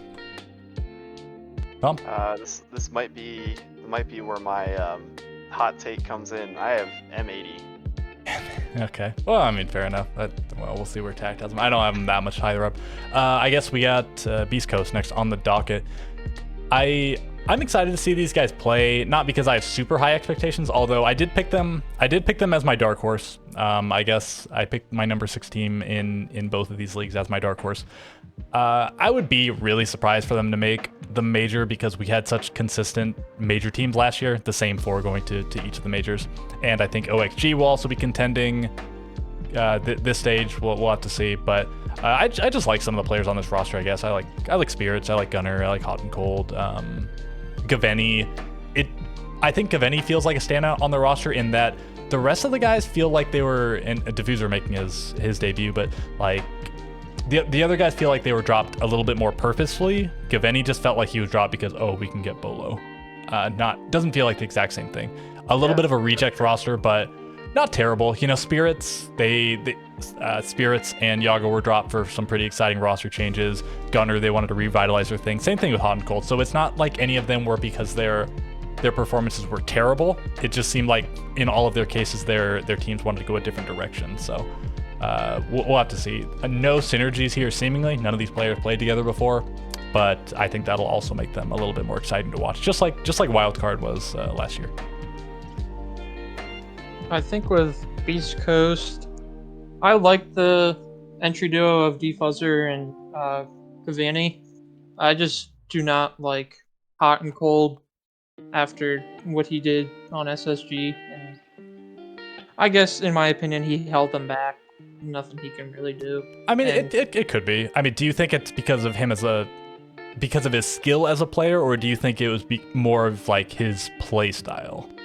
Maybe playstyle. Maybe once he's back on hard support, then maybe he'll be able to do good. I just don't like Gunner on either secondary, hard support, or flex. I think I don't know the roles. I don't know if you guys know any better. I'm pretty sure Diffuser's on entry and Hot and Cold's on support. I don't know where the other 3 land.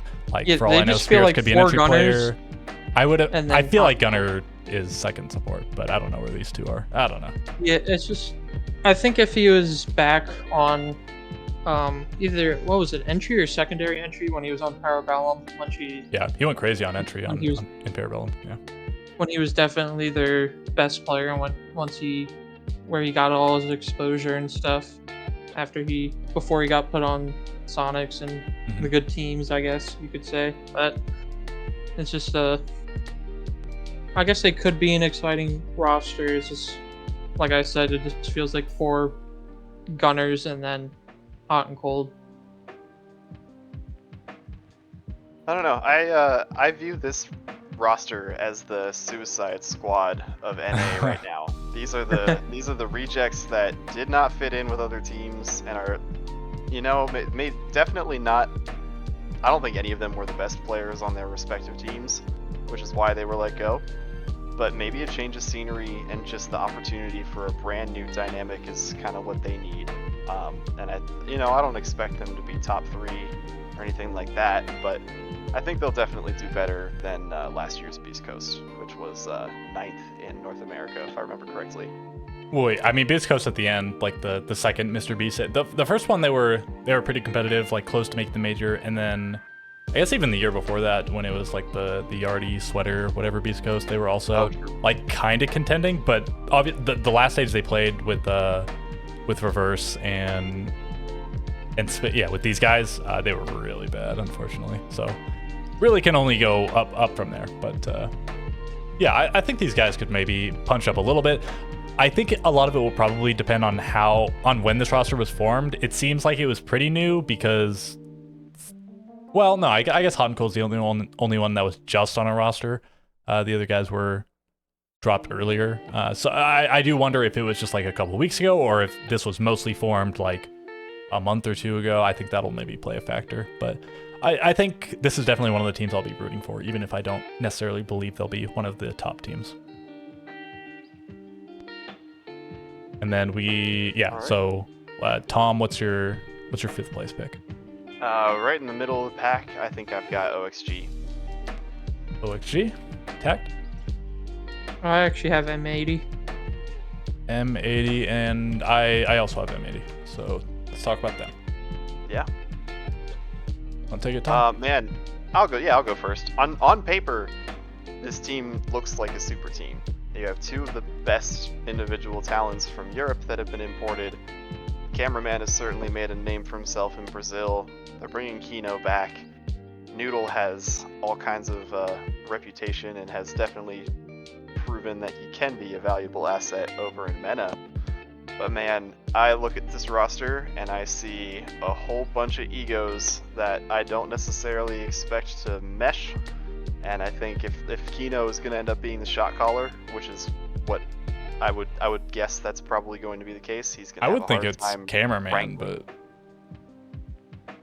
well, that's it. Well, I don't know. I don't default expect cameraman to be calling shots, especially if he's going to be learning English, no longer being on a Brazilian team. Can't really speak Portuguese with this roster. Yeah, but, for sure you can't. I feel like he has decent English. He's always done a lot of the interviews for FaZe when he was on FaZe and then Lowe's, right? I didn't remember. I imagine his English isn't like the strongest of anybody, in the world, but I think as far as like Brazilian players, I think he has decent English. Do we know who their coach is? Yeah, I don't know if it's still Bodega or not, or if they kept Vivas. I don't know. Was there ever confirmation? Have they even announced this roster? I don't think they even announced. No, they don't. I'm taking a look. So they have 3 days to do it. They only have Spoit. Spoit is the only player playing. And then Kino's been like teasing it with his individual posts, but I wonder. Yeah, they're big egos. It seems like on this team. I don't know for sure if like cameraman has a big ego or whatever. Maybe these 3 players. It seems like possibly the 3 European players. Funnily enough, but yeah, this feels like a roster that could potentially not mesh together well at all. Noodle, the new Mr. Worldwide, he had troubles on. Was he on Koi? It was Heroic, and then it was Koi. Yeah, and then both times, very quickly, they discovered that it was not a good fit. Yeah, so it seems like he had issues, but it seemed like he fit in well enough on GK, and he just felt like it was time to move on. So maybe he's just grown up as a person, as a player, whatever the case. If so, good for him. Yeah, he doesn't seem like one of the best players in the world, but let's see him on a top region team and see what he does again. Cameraman, I assume is the IGL. I could see they could also be doing some sort of like split shot calling kind of thing that a lot of teams do anymore. I think a lot of people were questioning when he went on to Los that wasn't the right pickup, but I think he proved himself to be a pretty valuable asset, having his own moments in the server, but also seemingly having a big influence on the team in terms of For sure. Calling and whatnot. Kino, we'll have to see. I don't know. This feels like it would spark a little bit of animosity, the fact that he didn't get to play at SI and now he's brought back, and the only actual player from that being retained is Spoit.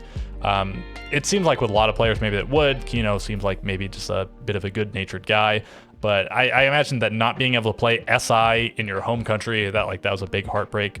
So maybe he's not thinking about it too much now, but I do wonder if this team starts to have issues that some of the cracks will show in that regard. And I don't know, Spoit just really hasn't lived up to his reputation since he's come to NA. Like, he's had some moments, but he doesn't seem like the world beater he was in his debut over in Europe, right? Yeah, that's fair. He needs Leon. He needs Leon, yeah. He needs Crying. Been crying out of retirement. And then Citizen, yeah, he seemed a little bit lukewarm on Sonics for a while, although he had a few good stages and then he had a good SI. So Great I don't know, SI. like maybe this team comes together, but it just seems a little bit far-fetched. And maybe if they have a reasonable performance this stage, I could see a good performance the following. But I don't know. This just this got to be one of the weirdest rosters I've ever seen, like easily. Yeah, for sure. Yeah, I agree, but No, I just- like no North Americans on a North American team. It's so funny. 2 Brazilians and 3 Europeans. Go ahead. I just find that the noodle pickup is a little confusing. Just don't know why they did that. I guess maybe they just didn't want to pick up Grixer, or he just didn't want to unretire, I guess. But That I might have just been a timing don't. thing. Yeah, there's that. But I also just don't think Kino is that great of a player. I think he's I don't know if people call him it anymore, but he's just kind of like a shotgun crutch, I guess you could say. But I feel like the M80 could do good because they always do good inside of NAL, and then once they get to the international stage, then they just fall apart. Yeah, Yeah, they got they're first, interesting. and then They second. had a really bad best of 1, but then they were #1 team coming out of playoffs, and then they had a really good best of 1 the next stage, and then they were second place coming out of playoffs. So besides the one bad showing, which ultimately didn't matter because they got first place, yeah, they've been impressive in region, but then so bad out of like 14, 16, 20. That's like so embarrassing. But yeah, for some reason they were good in NA, but that really doesn't transfer. I guess Spoit and Kino remain, but it's fundamentally a different roster, and especially if the coaches change as well. And again, we don't have the confirmation on that, but it seems like that's the case. Maybe, I don't know. I think because, for lack of a better word, I mean, you gotta bust out for the interesting for these guys. If ever there's a time to say interesting, it's for this current M80 roster. Who we on now? Is it me again, back to right? me. It's you. Back to me. Number 4, I put Sonics here. Okay. Tact. I put Oxygen here. Okay. I finally got wild card, 4th Wild card. overall. Okay. Yeah, I guess we gotta talk about them. Time for wild card. So you have them much higher than we do. What do you got, Tom? Yeah, these are I'm calling them the old heads of North America. These are some of the most veterans you've ever seen. Rampy, Vertical, and Bosco have been playing the game forever. Kansan's been around for a long time too, and Spiker's kind of the odd man out here, but you know, there was a time not that long ago when Vertical was the best player in North America. Go back a little bit farther, and Rampy and Fultz were the best duo in the world. They were both top 10 players. Yeah. Bosco, I think, wanted to be a coach for a little while, ended up retiring for about a year or so, and decided. And I'm glad he's coming back to the game. One of the He's all-time really greats. fantastic. Oh yeah, one of the best supports out there. And yeah, I'm excited. I think this roster has a lot of potential. Yeah, of course you might look at them and say, you know, they're out of they're not with the meta. They're not certain. Maybe some of their better years have passed them, but the potential here is so crazy high. I'm excited to see them all play together. I agree. I had them as my dark horse. I have them making the major because I do like the roster. Bosco, Vertical, and Rampy, as you said, has been in the scene for a while, and as I've said for a couple other players, but I think Bosco came back because ACOGs are back. But I don't guess we'll think see. that was known when he rejoined. I don't think Yeah, that was a thing yet. But I think the only question mark on the team is Spiker, since he's so new. I guess we'll see if he can develop alongside Bosco, because you have like one of the, at least in my opinion, one of the best all-time art supports. And Kansan had a very good stage with scammers, as we call them. He was the bright spot, and if you remember, they're actually only one map away from making the Atlanta major. They lost one map, or they lost the last map to SSG Yeah. to not qualify. So I think that team had a lot of potential, and I think now that they're on a new, I guess, org, I think they'll have a great success. Yeah, I want these guys to be good, so I have them obviously the lowest of the 3 of us, but I want them to be good. Rampy and Bosco is my favorite duo of all time. Bosco is my favorite player of all time. I am on my hands and knees. Please don't let Bosco be terrible. Like even if the team doesn't do that well, I pray to God that Bosco just isn't super washed. That would make me so sad. Just like yeah, absolute legend of the game, 2-time SI winner. You know, of course, one of them was the Xbox One. So if you want to give a little bit less credit to it, but still, you know, it's an SI is an SI, and then one in 2020 as well. And SSG, they had their moments even post 2020, post Canadian. Within the league, at least, they were quite good. Yeah, for the first year, they were the best team overall. That first stage, they weren't, but the next two, they were the top team. Once they had, God, I hope I'm not misremembering that. Once they had Hot and Cold, they were like crazy good within their region. And then I think they were even the top team for North America internationally. I'm talking about SSG too much because it's only 2 of the players, but yeah, love Rampy and Bosco as players. And then Kansan has just proven himself time and time again to be a great player. Really sad that he got dropped from Sonics in the way he did, only for Gunner to now be dropped from the roster anyways. You know, who knows what would have happened if that had gone a different way. I think Bosco coming on the roster frees up Spiker a little bit to come into his own. I think he had kind of a so many people have memed on Spiker, said he's so bad. And we'll have to see, because he had some promising moments in that last stage, I think, for sure.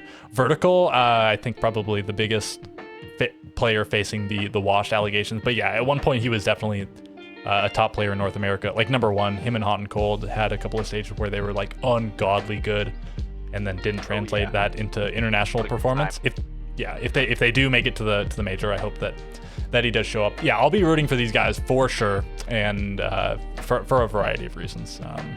I think that if all of these players show up like you think that they could be good, and Bosco is probably the biggest make or break player. If he comes back and he's terrible, what are you going to do? They're not going to do well. But if he comes back and he's good and he's a big influence on the team as a voice, as a support, all these things, I could see him doing well. But I feel like the top of North America is very competitive. It's going to be pretty tough for them to break in there. Please, Bosco, don't be terrible. All right, number 3. Is this you, right? I think this is where I put Sonics. Okay. Tact. I also have Sonics. And then I have Oxygen. So let's talk. OXG is a little bit lower, I guess. You want to take it, Tom? I was just talking. You have sure. OXG the lowest. Yeah, that's fine. I think to put it simply, like I put some of the other rosters, trying to come up with some gimmick names here. I think Oxygen is just mid. I think no, you can disagree. That's fine. But I look at these players and like I think they're all good players, but I don't see many of them as standout great players. Nor's at one time I think could have been one of those standout players. Doesn't feel like he's been, even though like on paper he's been doing good, it hasn't been enough to make Oxygen a top contender like they once were. I do love Diaz and Gomez. You know, I hope they find success with this roster, where it seems like M80 wasn't as good of a fit, and you know they're going for some kind of all-star mess up there, which we've already discussed. But I don't know. I don't see Oxygen breaking into that top 4 this stage. I don't think they made. I don't think there's anything exciting enough here that's really says, you know, we're in it to win it this time. What do you think, Tact? I overall like the roster. I think they'll be able to make a major. And I'm glad that they got Yaga back. I didn't really know if he was going to come back since loans never really work out with the player coming back to the original team, but I'm glad he's back. But he looked pretty, I guess, mid at Invite.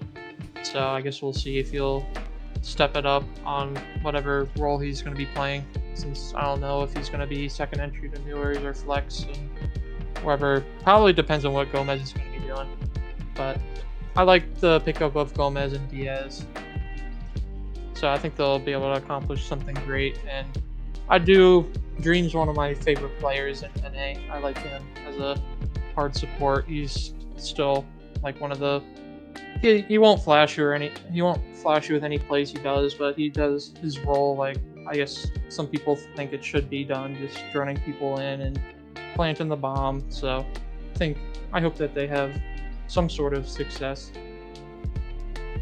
Yeah, I think there's a lot of good things going on this roster. Probably the biggest question a lot of people have is the leadership aspect. They lost Foxay, who is just one of the most very long-standing IGL leadership figure on any team, but obviously he was on auction forever, and now I guess Dream is taking up the mantle. It seems the most likely. But they have a lot of pre-built synergies. Yaga, Dream, and Newers were all playing together, and then DS, Yaga, and Gomez have all played together, both at SI and then before Yaga got dropped from M80/XSET. So just a ton of synergy in that way. And then where you see mid, I see a lot of pretty impressive player. Anywhere from consistently decent to pretty good. Yaga had a crazy good year last year, except for he was terrible at SI. I don't know. M80, what are you going to do? DS has, for a long time, been a very consistent support player. You know, maybe a little bit of baiting here and there, but really, really good for a long time. Dream, consistent support player, always doing his job. Newers, maybe a couple times he's looked a little bit mid, but he's had so many incredible performances throughout his career, which hasn't been super lengthy, but is getting a little bit longer than maybe you'd think it was. And then Gomez was, I thought he was just not very impressive for a really long time, but I think he's amped up his play lately to be one of the more impressive players in the league, certainly the most improved player on M80, where for a long time I think he was probably the most likely player to be replaced, but now in the last few stages on M80, I'm almost surprised he's not there anymore with how well he was doing on the team. And Foxay and Fish departing the roster. Fish really didn't work out, but Foxay is just a big change. But I think it might work out. The firepower on this team looks impressive. Dream, not always the biggest firepower kind of guy, but I think the rest of them can all shoot well, and I think 4 out of 5 is well enough. I think Dream can also show up on his day, but so not only that, do I think that it just looks like a good roster, but they were so close. They were obviously the 5th best team from North America last year. They got 4th place in stage 1, didn't make the major, 3rd place in stage 2, didn't make the major. So they were top 4 both times, but just not top 4 at the end of playoffs in LCQ. So I think now's their time. I think it's a good enough roster. I think there's enough tumultuousness, or whatever you want to say, in the rest of the team, particularly in M80, where if of any of the 4 previous top 4 teams to lose their spot, I'd imagine M80 is the most likely. So I think they can squeeze in there, and I like the look of it. So I'll give them 3rd place. And then I'll continue on with Sonics, and then I'll pass it back to you guys. So I have them the lowest, and I've been a big Sonics fan for quite a long time, and they've had a lot of the roster changes. The roster looks well. I was even a fan when they had the European players and Iconic and Easily. So way back when they've made a ton of changes, and I expect them to get back to the top. And I guess 4th place isn't like outside of the top. That's good enough to make the major, assuming they retain that position going into playoffs. I feel like they might have a little bit of growing pains with dropping Grixer and Citizen. While maybe it will be better for the team in the long run, it feels like there's going to be a lot of rounds where you could just depend on those guys to win, that you're not going to be able to do that anymore. And maybe Merc and Adam could fill in that role, but those were just 2 crazy good players, even if they didn't fit the direction of the team. I do like the idea of going for a more aggressive approach. That seems like more of what you want in this meta. Grixer and Citizen, 2 pretty passive players, and then Adam, I think, a fairly passive player, but Merc very aggressive, Ambi very aggressive, Rexen can be very aggressive. Same thing with Geo, and I think we've seen this sort of style proven on M80 back when they were XSET and when they were first M80, where they had Diaz was a very passive player, and then Yaga maybe a little bit in the middle, but they had very aggressive Gomez and Spirits and Kino. So a bunch of aggressive players, and then one of your support players is just extremely passive, enables the rest of the players. I've also heard Rexen might be on hard support, and Geo's been freed up a little bit more to do some of the stuff he used to do on TSM, where he would be like hard breach on attack, but more aggressive roles on defense. So we'll have to see. Maybe the order I have them in doesn't ring true necessarily. But again, I guess I do expect them to do well. I just don't know if they'll be like a top 2, top 3 team. I would be a little bit surprised to see them not make the major, though. And I'll pass it to whoever wants to take it. I'll go. I like Sonic's roster. I think Adam's a very underrated player. But I feel like if Sonics would go down to 4, if what you're saying is true, with Direction going to hard support, Geo's freeing up more, because I think Geo's spot on hard support should just stay as is for the good of the team, in my opinion. And Ambi looks at least in the early parts of SI, I think he looked very good, very promising. And Merc has been in the scene for a while. He's been very good. He was very good on Wildcard. Was a big part of their success. So I think he's going to have a lot of success on Sonics with the playstyle that they're going to probably adapt with. At least without Citizen and Grixer, I would think that they would switch up the playstyle from what they're used to. And I think Rexon's a good player, so I think they're just going to be an overall good team unless they switch Geo around into a more free role instead of going on the hard breach. Yeah. And one more thing I wanted to mention, Merc and Geo being reunited from TSM. Seems like maybe it could make Merc slot in pretty well, but also keep in mind it's been quite a while since they played with each other. Yeah. Geo's been on Sonics for a long time. What do you think about him, Tom? It does feel good that those two are reuniting, but I feel like I missed a memo. What's the story with Grixer being benched and or released? I think I missed whatever. Obviously, Citizen got paid a whole bunch to go to M80, but Yeah, what's so happened? I don't know if Citizen would have been dropped even if he didn't go to M80. I'm not sure, but Grixer sort of last minute. I think it was Geo's idea, is what it sounds like, and then the rest of the roster agreed that they wanted to. I think probably it was like a Geo and Ambi thing mostly because Rexon, I think, and Grixer are kind of buddy, but I think they just decided they wanted to go a different direction with the team. That Grixer, although a great player, is known as a pretty passive player, and that. I don't know, they just thought it better. And then I guess Super was running around trying to get Grixer on another team because he felt really bad about dropping him, but everyone else was already too situated with their rosters and nobody wanted to pick him up, which I find surprising. I have to, assuming it was still within the window that almost any team would be an upgrade picking him up. But I mean, I guess we'll see in stage 2. Man, because just it's so disappointing after the really fantastic performance that they had at Invitational. I don't know how you look at that team and decide, this has got to change. I mean, they were top 6, I'm pretty sure. They were. I mean, I think a lot of W7M. Like, I think sure. I mean, sometimes a change is good, but the Grixer and Rexon lately have been one of the better fragging duos in NA, in my opinion. And I think they had a really good thing going at Invite. I don't think they really gave it enough time to settle before making these changes. And that's nothing against Merc or Adam. I think they're both also great players. They had standout performances on Wildcard last stage. And I think they will do just fine in terms of replacing Grixer and Citizen. So I think they'll still be a top 3 team. But man, I don't know. I think they really could have been #1 overall if they just kind of stuck it out. Yeah, maybe. The SI performance, I think sort of rightfully so, people said that they made it pretty far off of playing weaker teams, and it's debatable because I think the group, it was pretty clearly the weakest group, but then they played against Wolves, who beat W7M, but then they crushed Wolves, so that's a really good look. If Wolves didn't go down and lose to Bliss immediately, it would have looked even better. And then they did lose to the top 2 teams, FaZe and W7M.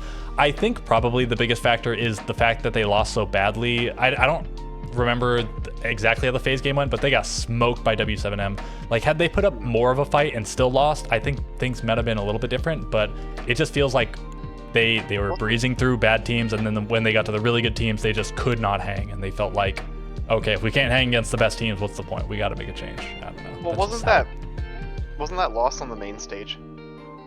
I gotta say, the crowd buff that Brazil to W7M, but yeah, I mean, fair enough. I mean, I don't know. I don't know what happened in the comms. I imagine there's something to spark such a big change, but yeah, I mean, obviously I'm not in the roster or the locker room to understand the dynamics of the team, but from an outside perspective, it just seems like this feels like an overreaction, and hopefully it doesn't bite them too hard.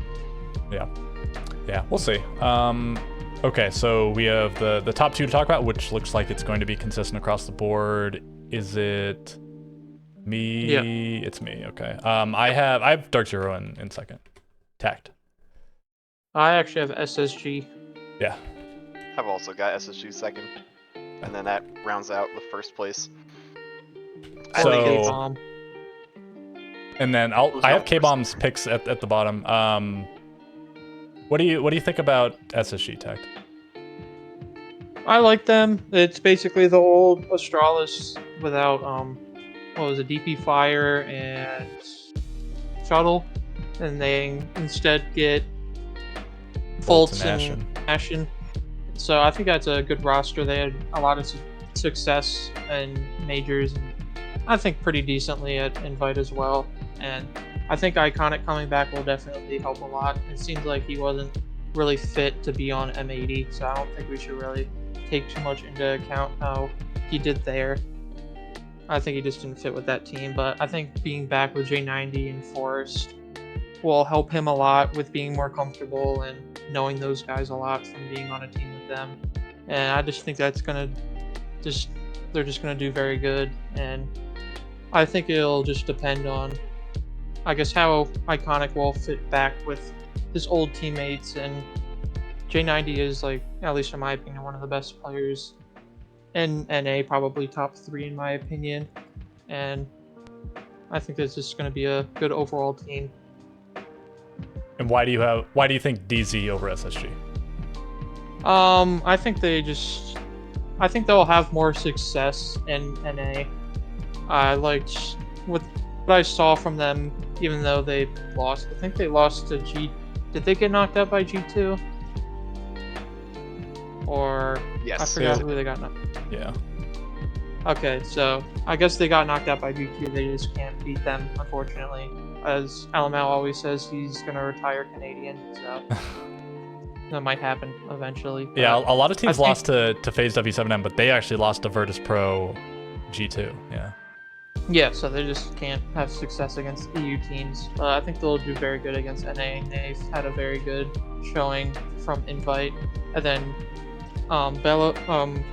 Bolo from at least the end of Invite, we saw him actually. It seemed like he got his flow back from his old days of how hyped he was. So I think if he will be able to carry that back into stage 1 of NAL, I think they'll have a good team. And then NJR is definitely, at least in my opinion, the best player in NA.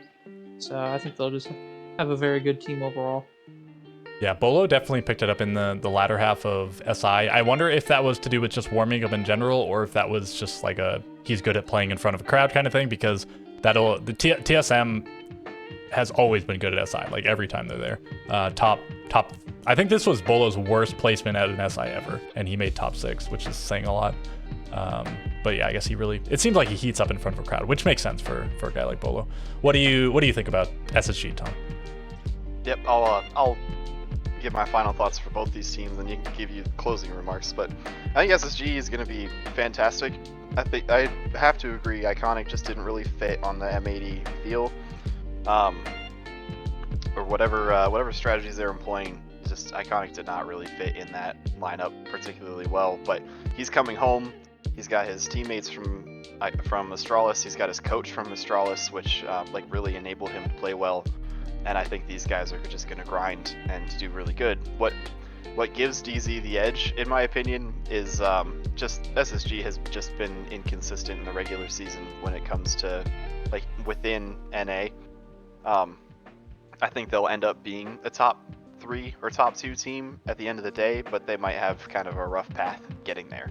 Whereas DZ have been consistently in the top tier of North America for years now.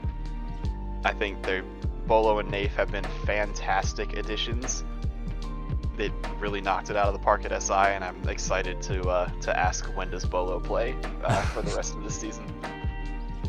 Yeah, I think Dark Zero pound for pound looks like maybe the best team in NA. Nafe really proved himself on M&M. Canadian is Canadian. What more can you say? NJR, I think probably undebatably the best NA player, and undebatably one of the best, maybe even the best player in the world, because if you consider the roles, he's doing what entries do on other teams. Then Bolo, yeah, if he can keep up his latter half of SI kind of performance, then Panda was also pretty solid last year. Just really good, everyone in their role kind of thing at SI, and then And then the 3 players that were on the roster before, solid in their roles as well. Canadian, always a little bit of a question mark. Obviously, big impact on the team, but sometimes he falls a little bit short as a player, on the sticks and whatnot. We'll have to see. I think Dark Zero, as you guys picked, was probably a little bit the safer pick. All 3 of you guys went with him. I added K-Bomb's picks here while you guys were talking. But I went with SSG. It's a little bit just of a notion, I guess. So it's a combination of the 2 GOAT NAL teams, I guess. SSG for a few stages in a row with Hot and Cold on the roster, they were easily the best team within the region. And then they went to even at majors, they were like the best team. NA was pretty bad at the time, but still they were like the only one making top 8. And then Astralis took over that, where they were back-to-back NAL #1s, and then they sort of fell off from there. But still, SSG back-to-back first places, Astralis back-to-back first places, and it's a combination of the 2.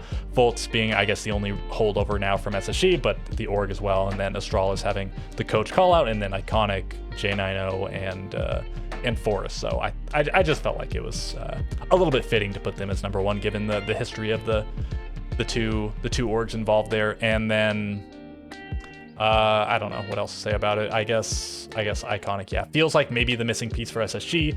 Hot and Cold, while he really wasn't living up to the Hot and Cold moniker, he was just sort of lukewarm the entire time. He was fine, but yeah, it just feels like Iconic is maybe more the type of player that this particular roster needs. And I have high hope for them in that regard. And also a little bit of bias, of course. I'm a big SSG fan, so I put them at #1. But yeah, I probably DZ a little bit safer pick. DZ beat them at Invite, and also if we look at the placements for last year, Dark Zero first place in best of ones, and then second place going into the major from the playoffs, and then second place, third place. Whereas SSG second, third, and then they 5th place in stage 2, but they still squeezed their way into the LCQ. So good stuff from them overall. A little bit better from Dark Zero. And I guess just the last thing to talk about is, do you guys think any different teams will make the major compared to your top 4s? I said wild card. Probably I would say maybe over Sonics, but that's a big maybe, but we'll see. Okay. I do think Oxygen has a chance to upset potentially Sonics or Wildcard and make it up in that top 4. I know I called them mid, but they are a respectable roster, and I think they have a good shot at it. And it's hard to count M80 out with the track record they had last year. Given how everything is going, somebody's got to be middle of the pack, Yeah, fair enough. And then this is what K-Bomb had, so pretty standard picks, I guess, for Brazil, and then for Europe, looks pretty standard as well. He had Wild really high though. He was big on Wild, and then he thought that Nello wasn't playing, and then he had him way lower, and then he heard that he was playing, so he brought him back up. So that's the big outlier. And then for NA, only one to not put Scammers at the bottom, big Los hater, and I think he's just a big Scammers lover. And big Scammers lover, and the only one to have M80 in his top 4. But he said these are his top 4 teams going to the major, which are actually the same for Europe, but different for NA. He thinks Beast Coast is going to sneak their way in there. And as for me, yeah, I'm going to go with the same 4. I don't know about the order necessarily, but those are going to be my 4 predicts this early on for making the major. And I think that covers it. We're at almost 2 hours. Yeah. This ended up being longer than I thought, but it's still really fun. Well, hey, yeah, I mean, like the video. I should have said that at the beginning, obviously. There you go. But and subscribe too. And subscribe for sure. I can't imagine like any people that aren't subscribed made it this far. But if you did, I implore you. Yeah, I don't know. Just any real last minute closing remarks, guys? I'm very excited to see how this season shakes out. Yeah, this is gonna be a good one. Yeah. A year or two ago, it felt like the biggest roster shuffle ever, and now this just feels so much bigger, which just feels so impossible. And I guess NA a lot more changes than the other 2 regions, but still some pretty big shakeups over there as well. And we'll see what happens in APAC. Hope APAC continues on their slight upward trajectory, but we'll have to see. We got quite a ways to go till the major, but yeah, I guess NA I think starts on the 14th. I think Brazil on the 16th, and I think EU on the 18th. So be on the lookout for those. I'll be watching those and hopefully some sort of update videos. But yeah, I guess that's going to be the three of us signing off. We'll catch you guys next time.